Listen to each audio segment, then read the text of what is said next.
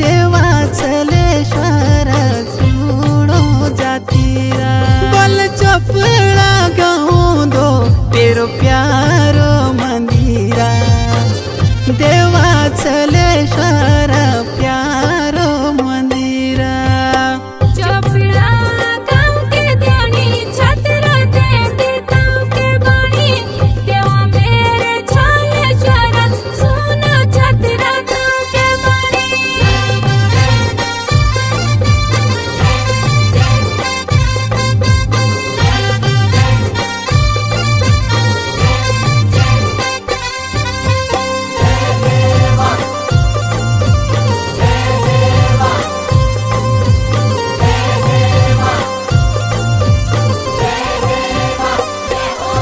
बल गंगनानी की धारा करें दो स्नाना जमुना के पानी करें दो स्नाना चपड़ा गाँव दो देवा तेरो थाना देवा चलेश्वर तीन तेरा थाना चपड़ा गाँव के ध्यानी छतरा दे देताओं के बाणी देवा मेरे छलेश्वर सुनो छतरा गाँव के बाणी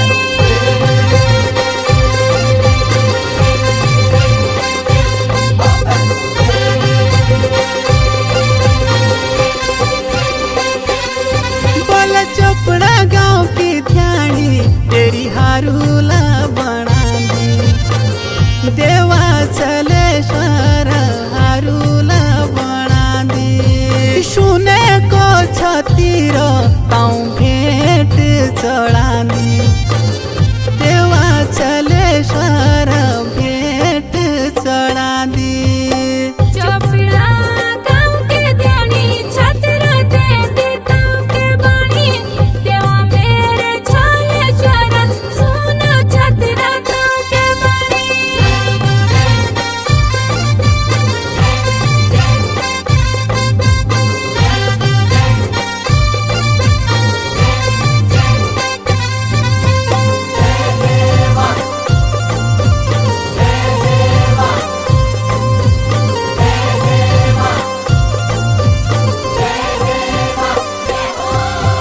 तेरे नाव को देंदी ज्ञानी गाँव दो भंडारा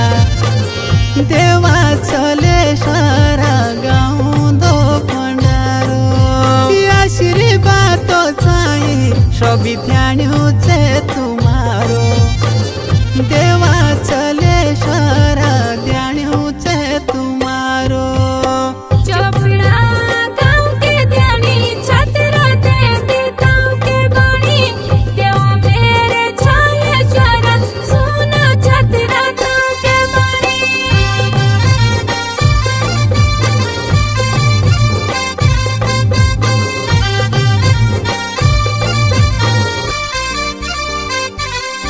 बल खटल पटिंदी बड़ी मान्यता तू